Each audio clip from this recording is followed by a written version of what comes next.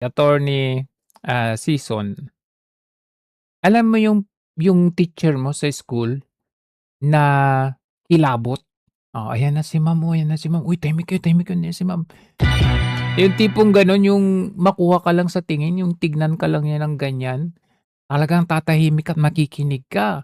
You don't dare, you don't dare challenge that teacher. Siya yung tipong ganito, na 'pag makita mo papunta na sa classroom, papasok na sa room ninyo, nakasilip kayo, andun na sa baba, paakyat na ng hagdan, papunta na sa classroom ninyo. "Uy, andiyan si ma'am.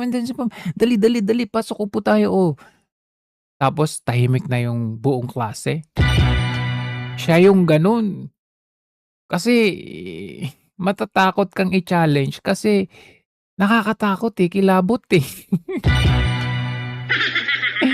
Kaya tuloy itong si Luistro, ewan ko anong nangyari, bumula ata yung bibig niya, ewan ko kung anong substance yung lumalabas sa kanyang bibig, nakakadiri. Kaya pasintabi sa mga kumakain ngayon, sa mga hahapunan, kumakain ng dinner ngayon, uy, pasensya na kayo at medyo ipapakita natin, eh, itong ano, ayan, itong Minutes and we will give you the same bumubulang bibig. latitude we gave counsel for the prosecution for an additional 3 minutes should you so need it. You may proceed, ma'am. Thank you, Your Honor. Your Honors, Ayan, hindi ka ba matatakot diyan? fellow Filipinos, good afternoon. As we begin today Simple lang 'yan, pero the impeachment trial of the Vice President, and in the days ahead, this court will undertake its constitutional task of receiving and weighing the parties' evidence, and ultimately to decide whether these pieces of evidence justify either a judgment of conviction or acquittal, guided only by its members. The present undertaking of this court, therefore, not only carries the weight of the Constitution, but also the imprint of our nation's history, because the Filipino people have shown that they never forget. We, as a nation, never forget. But why is the act of remembering important? What does it matter to our history and to ordinary Filipinos? galing 'no? Nakita niyo yung pacing ng mga words niya? May pause siya, tapos sabay tingin sa inyo, tingin sa'yo, We, tapos tingin sa inyo. We never forget. Oh. We as the people, tapos titingin sa inyo. Yan, mga gandang public speaker din ata 'to, Because in this trial, the prosecution proposes that we unseat the Vice President elected to office by more than 32 million Filipino people. More than the number of votes cast for the sitting president, and much greater than any of the votes secured by each of the members of the House of Representatives who now are here to prosecute her and seek to undo this people's choice. Sa makatwid, ang malinaw na layunin sa likod ng mga paratang na ito ay ang pagpapatalsik sa isang vice-presidenteng inihalal ng mahigit 30 Minamata niya sila, no? Inihalal, sabi tumitingin siya, minamata niya. Tapos maganda rin yung kanyang delivery, yung anong tawag doon, yung diction niya ba? Saka yung projection ng voice niya, talagang ala Miriam ba? 2 milyong Pilipino at bunga ng kanilang malayang pagpapasya. Whatever one's political persuasion is, the reality is that the prosecution now comes before this court to remove a vice president chosen by an overwhelming number of the electorate. You all have heard the prosecution say repeatedly that this is because they seek accountability, that the people have a right to hold their leaders accountable. This is not a matter of debate. Sabay tingin sa kanila. Tama, firm yung boses niya. Repeatedly. Indeed, the people have a right to demand accountability from their leaders. What we Hindi, yan yung maganda, kahit mag-English ka, yung pandinig mo sa English na pananalita niya, ma-absorb mo, eh. Kasi it appeals to your understanding, comprehension, even to yung mga common tao, kaysa yung pag-i-English ni si Bendalos ito, "With regard to the Bill of Rights." So, parang alam mo yung pilit na nag-iislang na akala mo naman, foreigner, mukha niya Pinoy na Pinoy. We have yet to hear from the prosecution, however, is this. When the Constitution declared under Section 1, Article 11, that public office is a public Totoo talaga minamatay niya sila, oh. trust, and that public officers and employees must at all times be accountable to the people, serve them with utmost responsibility, Tinitignan niya talaga sila, oh. integrity, loyalty, and efficiency, act with patriotism and justice, and lead modest lives. The Constitution does not only speak to the Vice President. It also demands the same standards from the prosecutors. Being public officers themselves, the public prosecutors and the members of the House of Representatives are also held to the same constitutional standard. And so we must remember what Champion debater pala siya. Ay pala, ang ganda nung delivery history niya. tells us. This is not the first time that members of the House of Representatives have attempted to remove the Vice President and in a manner not compliant with the Constitution. In a July 25, 2025 decision, the Supreme Court unanimously declared in Duterte versus House of Representatives, GR numbers 278353 and 278359, that the impeachment proceedings in the House of Representatives were tainted with grave abuse of discretion, rendering the articles of impeachment that the House transmitted last year to the Senate as void ab initio. Early this year, the Supreme Court unanimously denied with finality the House of Representatives' motion for reconsideration of that decision, with a reminder that while impeachment is a powerful democratic process to call out corruption and grave abuse, impeachment can be abused, and that impeachment should never be abused to maintain the hegemonic dominance of greed by shaming those who occupy high government positions into preventing them from doing what they were sworn to do. But perhaps the most enduring reminder of the Supreme Court that we must not forget in the entire course of this trial is that, in the words of the court, the rule of law that does justice is our lodestar, and that justice includes accountability. Justice includes fairness. Without fairness, there is abuse. This fairness is what our democracy is all about. It is in light Ramdam niyo yung confidence niya, no? Confident na confident, eh. of these reminders that we draw attention to certain fundamental legal principles that we think we must not forget throughout this trial. Mga batayang prinsipyo na dapat nating tandaan sa buong panahon ng paglilitis na ito, anuman ang ating kulay o politika. If we are to be true and honest to our proclaimed values, such as the pursuit of accountability, justice, and integrity in our system of government, Ay, isama niyo yung presidente, mas masahol pa yun. then we must remain possessed of an unyielding resolve to ensure that the trial and judgment in this case are done in accordance with the command of the Constitution, the majesty of the law, and the discipline required by the rules. Otherwise, those who stand in sanctimonious judgment of the Vice President will send a clear message that the law can be bent when it suits the Bend the law! convenience of the powerful, and that justice can be sacrificed at the altar of partisan interests. Mahalagang tandaan ang mahigpit na paalala ng ating Korte Suprema. Impeachment is not a purely political proceeding. Tandaan. It is primarily a legal, political, and constitutional mechanism. Political, Ibig constitutional, sabihin, kailangang naayon sa batas at konstitusyon ang anumang proseso nito. According to the Constitution, it is the Senate that shall have the sole power to try and decide all cases of impeachment. nagsagawa ng impeachment yung House eh. Tawagin nila kuno na mini o kaya Power plenary ba yun? is not shared. The Constitution gives no other body, department, tribunal, agency, or a mere committee of any of these institutions the power to try an impeachment case.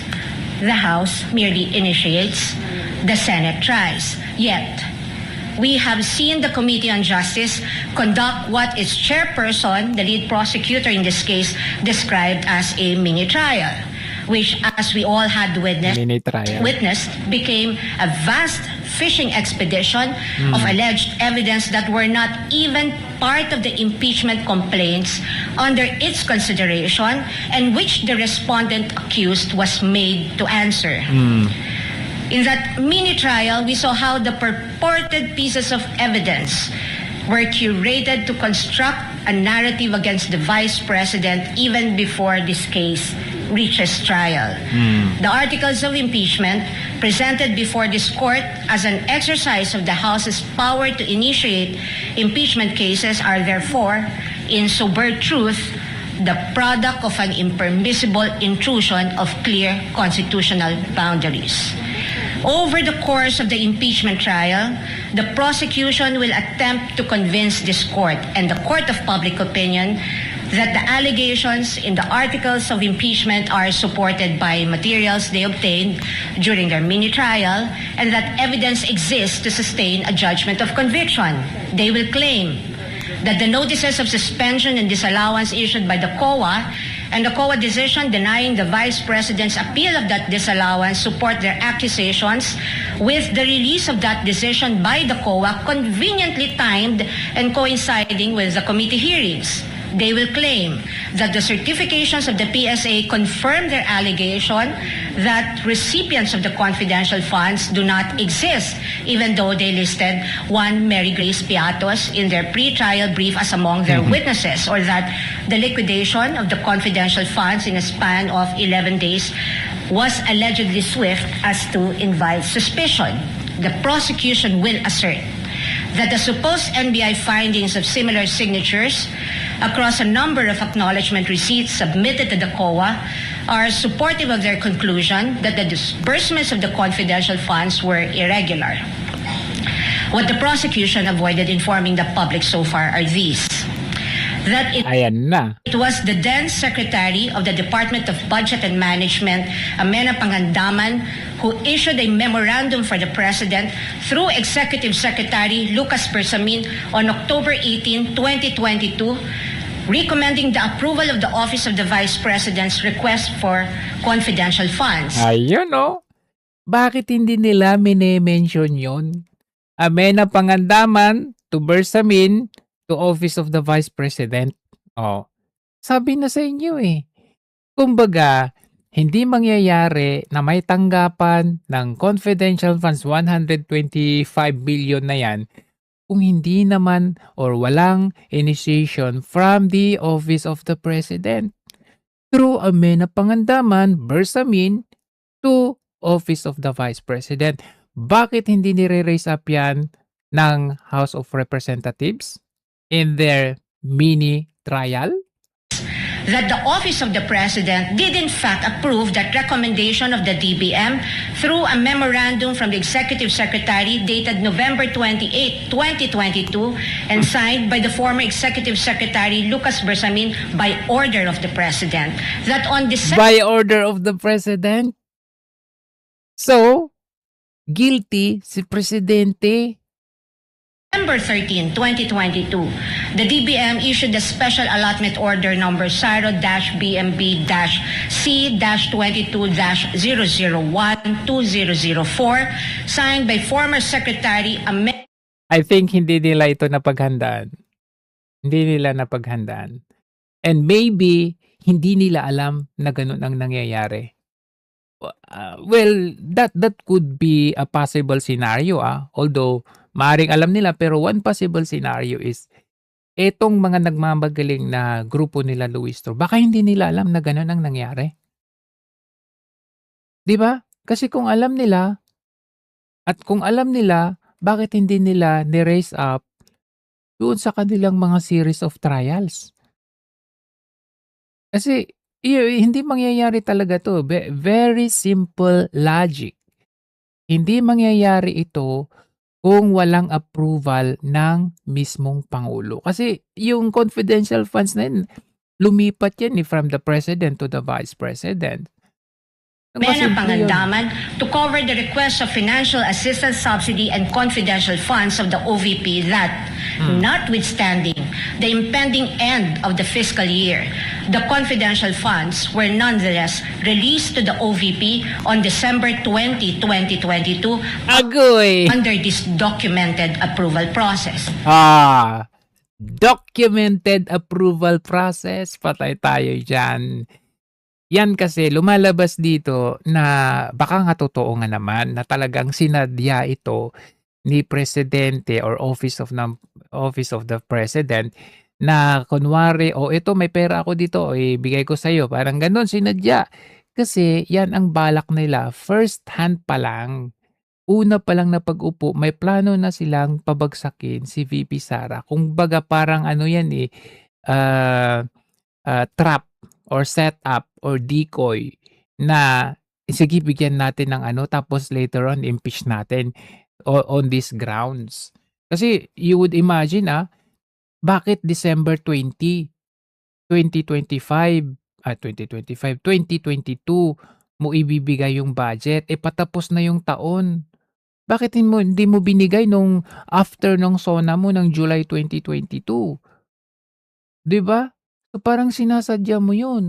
That the COA decision is far from being final, that there is a pending motion for reconsideration of that decision that, assuming arguendo, the COA patibong. denies that MR today, or while this trial is ongoing, as could plausibly happen under the circumstances, the respondent accused still has legal remedies available under the law and rules and can file a petition to question the validity of any forthcoming resolution of the COA on the MR under Rule 64 via petition for certiorari under Rule 65 of the Rules of Court, and more importantly, that nothing in the notice of disallowance or COA decision states any findings of supposed misuse of confidential funds as confirmed by attorney Gloria Camora when she Diba? I mean, notice of disallowance. Yung ginamit nilang witness against kay VP Sara, yun din yung ginamit ng defense. Na reference na ito kinumpirma mismo nung witness ninyo. Yung about sa notice of disallowance. Hindi kayo ready dito. She was asked on this point during the committee hearing on April 14, 2026. Across all other articles, the prosecution will lay a landscape of what it deems to be their evidence in support of their speculations and conclusions. We are not strangers to all these accusations precisely because this was not the first time these narratives were foisted into the minds of the general public. We have heard the same tales and stories of these accusations since 2024, when the House conducted its Quadcom hearings and most recently the mini trial of its Committee on Justice. But what we must not forget amid all these accusations is the fundamental legal principle that the burden of proof never shifts. The burden of proof never shifts. He who Burden of proof never shifts. must prove his allegations with evidence that meets not only the degree of proof required, but also meets the evidentiary standards of admissibility, credibility, relevance, materiality, and competence. Walang isang present dyan sa mga ginawa ng Quadcom at ng mini trial. Wala ni isang present diyan. Although even 'di ba yung kay Gloria na witness nila na yun? Oh, sabi niya may envelope daw siya. May dala daw siya, may envelope, may 50,000 ba yun? Pero wala naman siya maipakita. So it's all talk. Therefore, should not lose sight of the core principle that the burden of proof is on the prosecution, and unless it discharges that burden, the accused need not even offer evidence on her behalf, and she will be entitled to an acquittal. This is the law then. This is the law now. This is the law. Noon at ngayon, parehas lang. And the underlying principle for this burden of proof is simple. Under our Constitution, every accused is presumed innocent until proven otherwise. An accused has in her favor the presumption of innocence, which the Bill of Rights guarantees. This also brings to fore the reality that, in the words of the Supreme Court in People versus Pagal, the individual citizen is but a speck of particular molecule vis-a-vis the vast and overwhelming powers of government, and his only guarantee against oppression and tyranny are his fundamental liberties under the Bill of Rights, which shield him in times of need. Sa madaling salita, kinikilala ng ating saligang batas na sa bawat paglilitis, ang isang individual ay nahaharap sa malalim at napakalaking makinarya ng buong Estado. At ang tanging sandigan lamang niya laban sa anumang pang-aabuso ng kapangyarihan ay ang kanyang mga batayang karapatan sa ilalim ng ating konstitusyon. Kaya't mahalagang linawin na sa gitna ng pagtatangkang ikondisyon ang kaisipan ng mamamayang Pilipino at sa gitna ng walang humpay na komentaryo sa mga pampublikong espasyo, wala pang maituturing na anumang ebidensya o alegasyon na napapatunayan ng prosekusyon sa simpleng dahilan na ang bawat ebidensya ay kailangang dumaan muna sa paglilitis at pagsusuri ng korteng may taming kapangyarihan sa ilalim ng ating saligang batas. Higit sa lahat, ang anumang paglilitis ay kailangang naayon sa itinatakda ng ating batas at konstitusyon at hindi lamang sa kagustuhan ng iilang may hawak ng kapangyarihan. One might ask, why is it important that we must not forget these basic principles? The ruling of the Supreme Court tells us why. The Bill of Rights applies to the entire impeachment process because inasmuch as our court recognizes that impeachment is a political process, it reminds us that it is not a purely political process but a legal and constitutional mechanism. Thus, if we are to uphold the rule of law, serve justice, and invoke the accountability mechanism, then this court and we as a people must guarantee that all efforts to hold our leaders accountable must be done right. This we must not forget. I thank the court and the public for the privilege of your time. May God bless our country. Nako, delikado tayo dyan. Nakaka-believe talaga itong ano.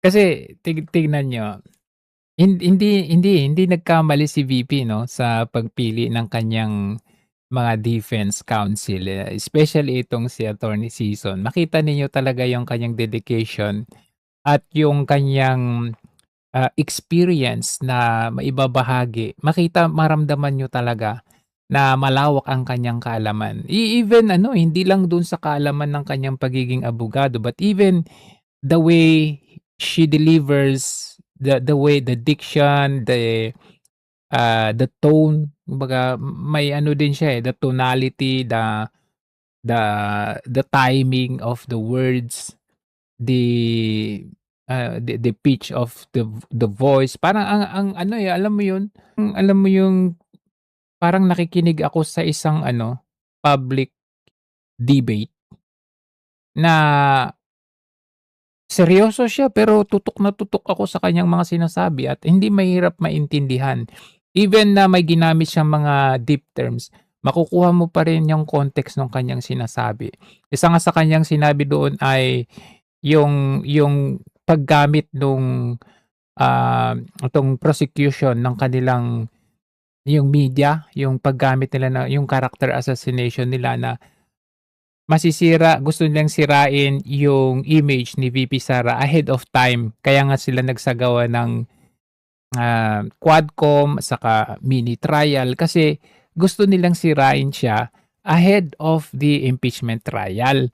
Pero ang nakakatawa nito kung makikita ninyo, si VP Sara tahimik lang kahit na ginaganon-ganon siya sa kanilang ginagawang paninira sa kanya sa publiko, yung kanyang survey rating, satisfaction ratings, umaakyat hindi siya bumababa. Tapos, kumbaga pinipilit nilang sirain si VP. Pero yung reflection nung survey, hindi siya bumababa, umaakyat siya. In contrast naman kay Bongbong Marcos, sabi nila, masipag daw si Marcos, nakikita natin sa mga public engagement, hindi press con pala, inspection dito, inspection doon, biyahe dito, biyahe doon. Nakikita natin na little bit of busy activities or engagements. Pero bumababa yung kanyang ratings Alam mo yun? Na parang hindi mo kumbaga nagmamanifest pa rin na mahal ng taong bayan si VP Sara kasi makikita mo sa mga reactions, hindi lang sa survey kundi pati sa mga engagement sa social media, makikita nyo yung maraming pumupuso kay VP. In contrast kay Marcos Jr., maraming tumatawa sa kanya. Sa kabila ng kanyang pagbisibisita sa mga school, pagdadala ng mga ayuda sa mga pili-piling lugar, yung mga ganun, maraming tumatawa sa kanya. And that's that is the real voice of the people na yun yung gusto nilang makita na kumbaga dalhin sa publiko or like itong impeachment, ang gusto nilang makita na ma-impeach si Marcos Jr. Wala nang iba doon kundi si Marcos Jr. instead of VP Sara kasi kanina nagsasalita si Luis Tro, sabi niya, we are not only talking about millions but we are talking billions. Si Marcos Jr., we're not only talking billions but we're talking trillions. And yet, dinismiss ninyo yung impeachment trial kay Marcos Jr. Tapos yung million kay VP, parang ang dating pa ng pinagsasabi ni bumubula yung bibig, sabi ito ang gusto ng taong bayan, yung accountability. Yung ginagawa natin ngayon ay bakit ginagawa yung impeachment na ito? Kasi nagugutom yung taong bayan at connected dun sa paggutom ng taong bayan ay yung corruption. May I ask if the prosecution is ready to present its first witness today because the defense is ready today, Your Honor? Wow! Ready na ba kayo? Kasi kami, ready kami. Pakiulit mo nga, ano sabi mo? Prosecution is ready to present. Correspondent. Thank you, Your Honor. May I ask if the prosecution is ready to present its first witness today because the defense is ready today, Your Honor? That's very blunt challenge, May I ask kung ready na ba sila i-present yung witness nila? Kasi kami, ready na kami. Duly noted. We will get to that later. Bakit later pa? Ready na nga sila Bloodbath, di ba? Gusto niya bloodbath o ready. Bakit later pa? Next Your Honor, item in the please. agenda. If Your Honor, please. Yes, Representative. Wag mo nang subukan. Hoy, Wamos, wag mo nang subukan.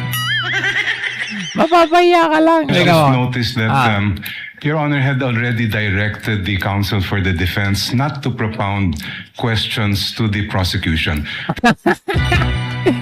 Wag mo na subukan, masisira It's ka lang. already the second time that she's doing that. She appears to be assuming or arrogating the powers of the court. Kasi hindi kayo ready, hindi kayo handa, kaya napipikon ka. Nagme-meltdown ka na. Because as I understand the rules, it's only the court that can propound questions to the counsels. Tinatanong nga kayo kung ready kayo kasi bloodbath na. Here we on. Ready. Go na. 'Di ba atat ka sa impeachment, o ngayong nandiyan na tayo, napipikon ka, sasabihin mo, "Uy, teka lang, puwede ba pagsabihan mo yung defense, ha? Cheese, pagsabihan mo yung defense kasi ano, parang pinapangunahan tayo, eh." Ha? Hindi ka ba ready? Your Honor, may I comment? The lady Sumasagot! May I comment? may comment. I Counsel take for responding, exception to comment. that. Yes, Your Honor. I take exception to that manifestation of the good counsel. In fact, the record would show, and if we can run the transcript back, my question was addressed to the presiding officer, Your Honor. Tanga kasi si Wamos, eh. Question was addressed to the presiding officer, Your Honor. Agoy, napahiya ka doon. In-address sa presiding officer po yun. Kay Win, ay hindi pala kay Win. Kay Cheese Escudero, hindi po sa'yo. Bobo. Let us move forward, gentleman and lady.